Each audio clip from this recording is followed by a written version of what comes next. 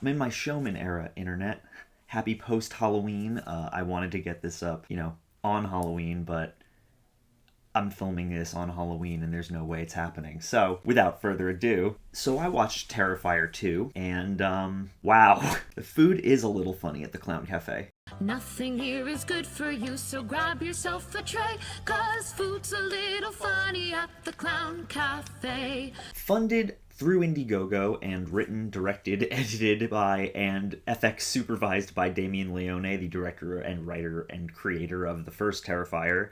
Terrifier 2 is mind-blowing in multiple ways. It is audacious in multiple ways, not the least of which is its runtime, which it's a slasher film clocking in at almost 2.5 hours. Absolutely ludicrous, and could go one of two ways, but right off the bat, I have to give Leone props for just the sheer audacity. Which brings me to point number 2. To craft a slasher film that is 2.5 hours, a sequel to a film that arguably had no plot beyond Psycho Clown does gross murder, and make it work is another animal entirely. And the fact that Terrifier 2 works is astounding and so cool, and a testament to the power of indie film, and I am thrilled at this movie. For those who have watched this channel for a long time, Terrifier was fine. It was a style over substance movie that was dedicated to like gross, grindhousey vibes, and it achieved those very well. And the movie itself is elevated by a masterful character performance by David Howard Thornton as Art the Clown. It's deranged, it's gross, the effects are gnarly as hell, and it's super fun, but it's not exactly doing anything,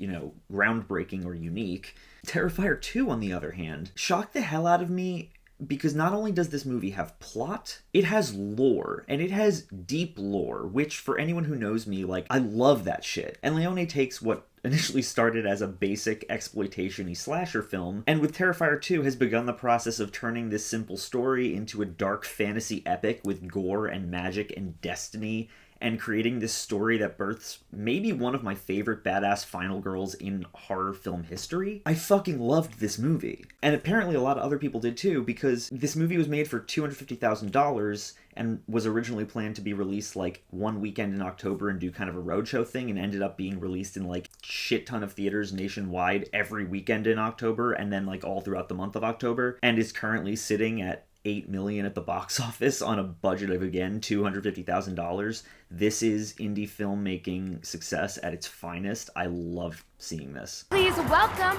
Art the Clown. David Howard Thornton is once again the biggest plus about this movie. He is running absolutely rampant here in the best way, and he's bringing back the exact same deranged energy that he brought to Art the Clown in the first movie, and the same energy that made him so enjoyable in the first movie. There are full sequences here you can see they just absolutely let him improvise and run amok, and there's some real, darkly comedic gold that comes from it as a result, and some hilarious comedic gold as well. The guy just embodies the character of Art the Clown, disappearing behind the makeup and completely sinking back into, what made this character so enjoyable in the first place, which is the silent mystery of Michael Myers and Jason Voorhees, the gleefully sadistic personality of Freddy Krueger, in that you can tell what he's thinking, he just doesn't speak, he's just basically a mime. And the result is a villain with a ton of personality and shrouded in a ton of mystery, never more so than after this film, with the beginnings of a much deeper backstory, and the addition of a demonic entity that revived him from the first film, appearing in the form of a ghostly little girl played by Emily McLean, who's pretty terrifying and brings a ton more questions with her than answers. Opposite Art as the new leading lady of the franchise is Sienna Shaw, played by Lauren Levira, bringing a much-needed energy to this franchise and this role, since the first film was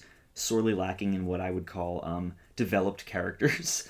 Not a bad thing, that's the style it was going for, but with what this movie is going for, Sienna is a breath of fresh air. She is very well written, and Levira brings an energy to the performance that makes her incredibly easy to root for. She's kind of a nerd, she's kind of artsy, and her genuine affection and concern for her younger brother Jonathan, played by Elliot Fulham, ends up driving her to become the absolute badass protagonist that she does in the final act. Any slasher film that's deranged enough to be as long as this movie is runs the risk of being boring or repetitive, because, you can only do so much murder and inventive killing before it overstays its welcome, and surprisingly, at 2 hours and 28 minutes, Terrifier 2 doesn't feel overly long or bloated. There's a definite bit of fat that could be trimmed here or there. Certain elements of Jonathan's subplot, especially toward the beginning of the movie, I feel were kind of unnecessary as far as the movie wouldn't be missing anything without them. But overall, this movie kind of flew by for me, which is surprising considering how long some of the bits go on for. And speaking of bits that go on excessively long, let's talk about basically every kill in this movie. There's been a lot of hype around this film about how it's caused people to faint and vomit and all totally real things that definitely aren't overblown for the sake of marketing, we promise.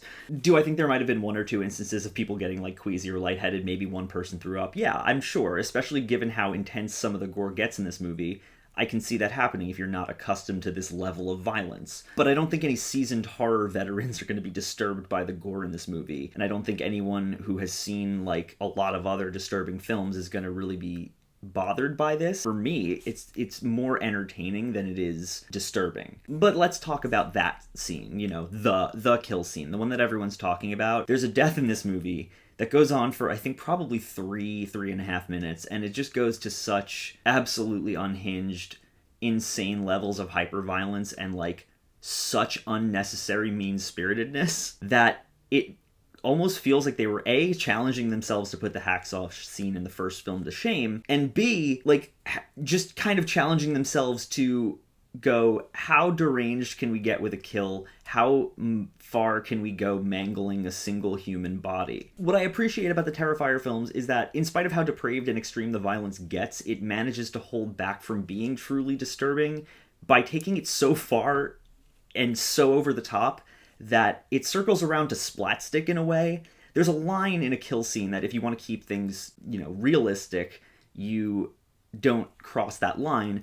Terrifier 2 isn't going for realism, and it skyrockets past that line. And Leone, knowing that, pushes it to such an extreme that I don't really think many people who have been around the block could be disturbed by this, because it really does almost circle back around to comedy when you have a character being so brutally mangled and so just absolutely brutalized in the most over-the-top, extremely violent, gory manner, while they're still conscious and screaming the entire time. It's like the realism is out the window at that point, and it's just like, wow, she's still conscious. Oh my god. Mind you, I don't mean any of that disrespectfully. Quite the opposite, in fact. Leone and his practical effects work are top-notch, and the gore in this movie, the kills in this movie, are outstandingly well done. All the grime and the viscera and the depravity of the first film is back here, but it's amped up to 11 and shot with a higher level of proficiency that really, like, drives the violence home. Between its surprisingly expansive story beats, Terrifier 2 pretty much functions as a highlight reel of the most over-the-top violent ways to mangle a human body, and any self-respecting gorehound is going to get their fill here. There are a ton of standout sequences between the kills and some great performances, but for me at least, it's the earworm-inducing Clown Cafe dream sequence that goes on for over 8 minutes to such hilariously over-the-top fever dream imagery that pretty much guarantees this movie a cult classic spot, if it isn't one already given the box office results. Terrifier 2 blew me the hell away. It actually has a plot beyond funny murder clown, and Leone starts to scratch the surface of this universe's mythology here with a much more supernatural angle at play. And between the pale little girl and allusions to seeming ties between Art and Sienna's family and her deceased father, and then a magical sword in the middle of all of that, it's all just insane levels of plot and detail to have in a film that is a sequel to a film with no plot or detail. And I kind of have nothing but respect for Leone for just the sheer audacity and just being willing to go there and push this film to its limits with the money he was given from his backers. The dark fantasy route he's going with this franchise, or at least seems to be going, is insane. It manages to justify the runtime in a way that surprised the hell out of me, and it gets me more excited than ever for Terrifier 3, and just leaves me with a ton of really juicy unanswered questions. I can't wait to see more from this franchise. If you didn't get to see it in theaters, it is going to be coming to Blu-ray this December, and it just hit Screambox today. So what the hell are you doing? Go watch it. It's deranged, it's insane, it is violent, it is funny. It is a great way to, you know, wrap up spooky season, even though it's technically wrapped up by the time you're seeing this video. Anyway, guys, if you've seen Terrifier 2, let me know in the comments what you thought. Let me know your theories about Art the Clown and his connection to the Shaw family and the magic sword. I really want to know where this franchise is going, and I would love to hear your thoughts. So let me know down below, and thanks for watching, guys. I have a couple more fun things to talk about coming up soon, so